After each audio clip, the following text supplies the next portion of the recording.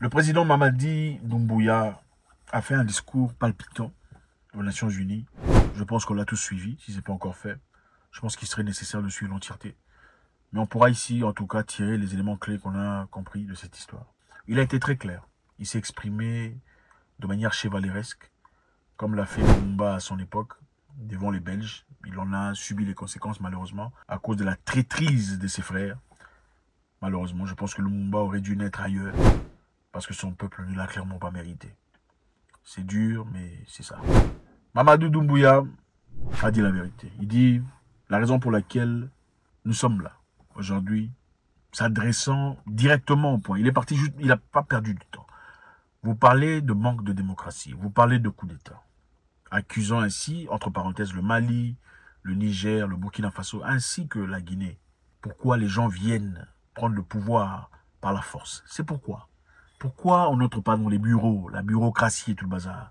Pourquoi ça se fait? C'est très clair. C'est quand les richesses sont entre les mains d'une élite, pendant que les hôpitaux sont en manque de couveuses.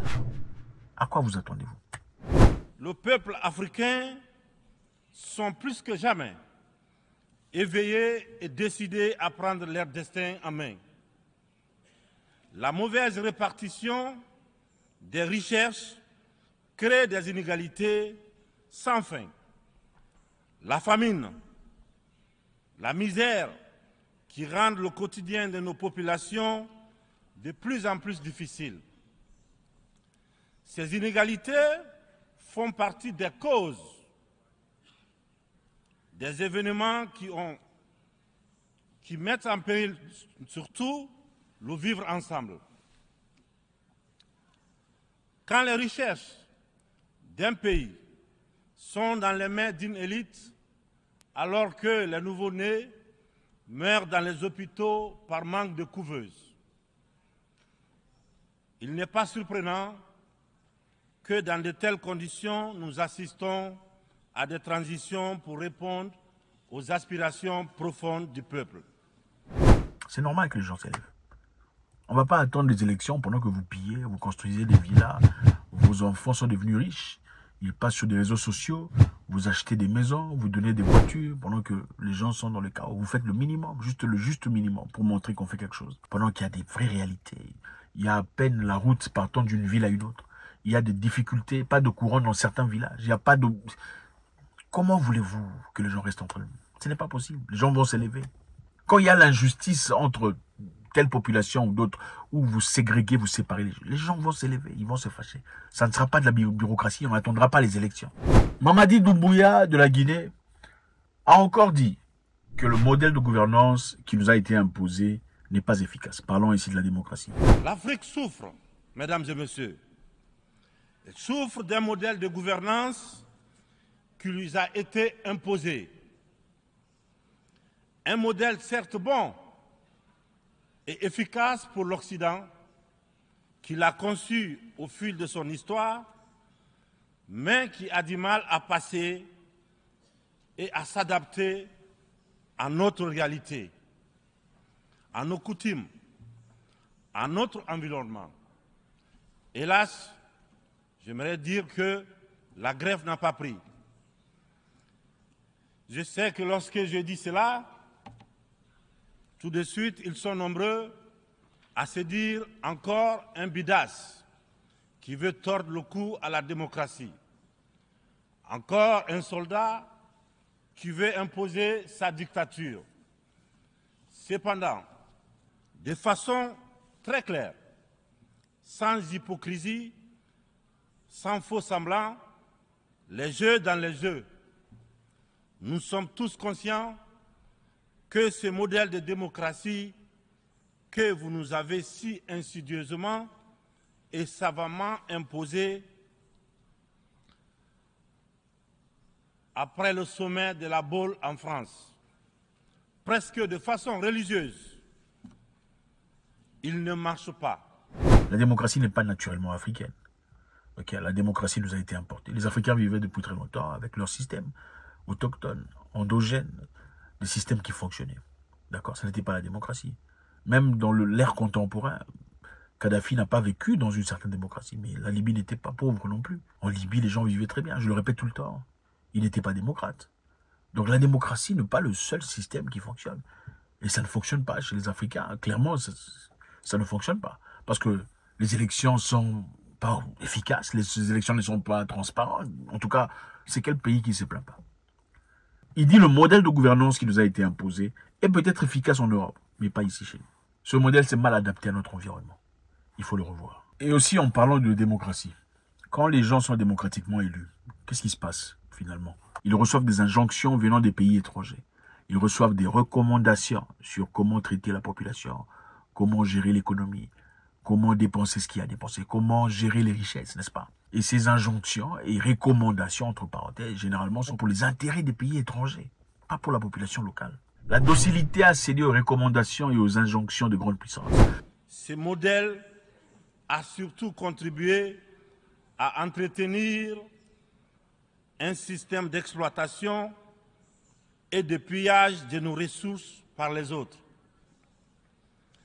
Et une corruption très active de nos élites,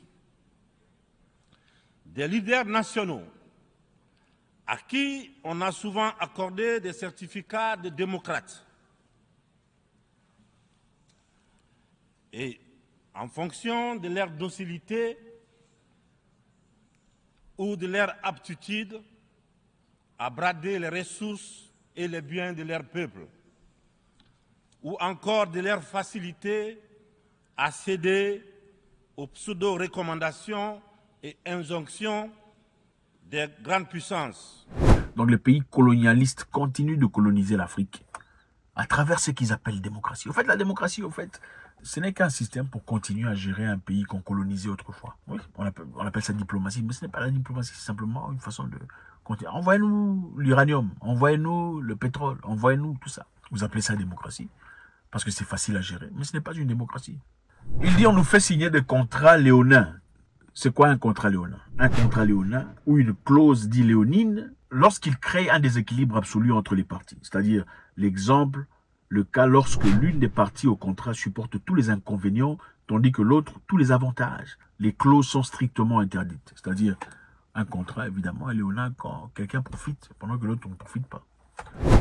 Ce sont les mêmes qui confessent la démocratie, la transparence, qui dénoncent la mauvaise gouvernance et la corruption, qui dictent les règles. C'est eux qui en offrent très discrètement et sournoisement redoublent de pression pour nous faire céder notre patrimoine dans des contrats léonins.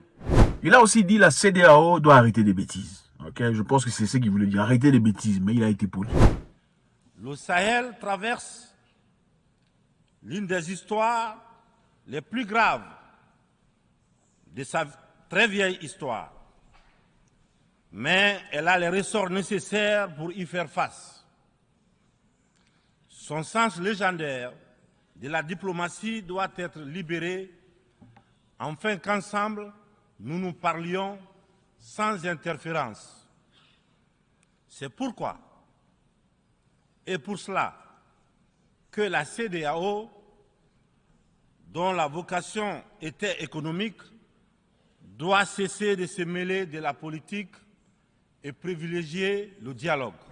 Il a rappelé à tout le monde que la population africaine était encore jeune. Ces Africains d'aujourd'hui n'étaient pas présents pendant la guerre froide entre les États-Unis et la Russie.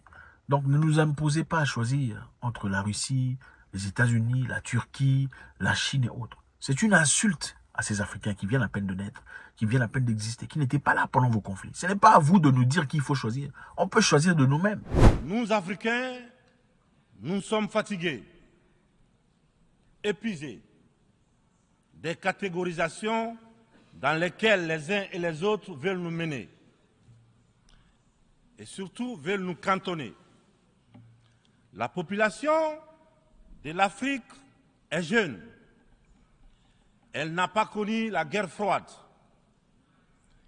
Elle n'a pas connu la guerre et les guerres idéologiques qui ont façonné le monde pendant les 70 dernières années.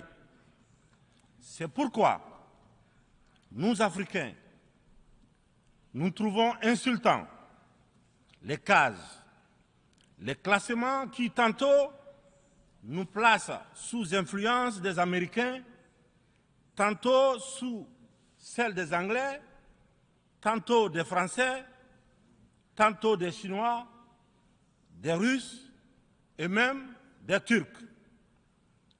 Nous ne sommes ni pro, ni anti-américains, ni pro, ni anti-chinois, ni pro, ni anti-français, ni pro, ni anti-russe, ni pro, ni anti-turc.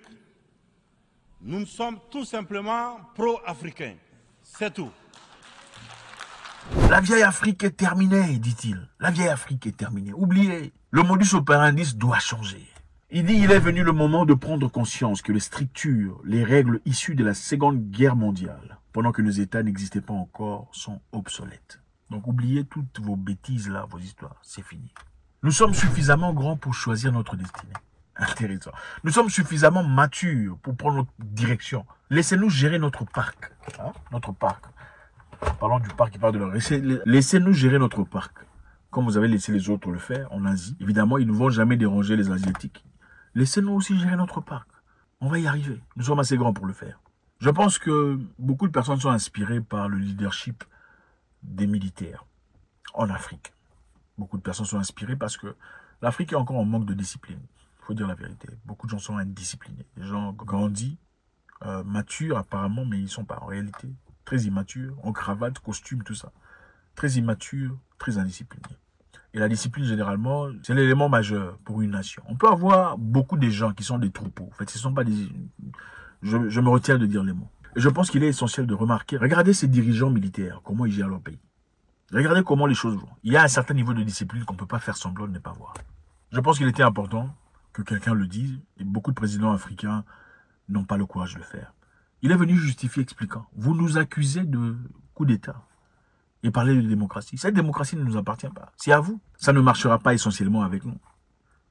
Il est normal que les gens s'élèvent quand on en a marre. Quand les gens ne font que piller, choisir les gens de leur tribu. C'est seulement leur tribu qui ont tout. C'est dans leur tribu. Dans le bureau du président, c'est la langue de leur tribu. Si tu ne parles pas cette langue, il n'y a pas d'opportunité pour toi. Comment les gens ne vont pas se lever? Quand on vit dans un continent ou dans un pays à plus d'une centaine de tribus et d'ethnies. Merci infiniment à vous. Votre contribution est très nécessaire. Qu'est-ce que vous en avez tiré? Quelle est votre lecture de cette histoire? Faites-nous savoir. God bless.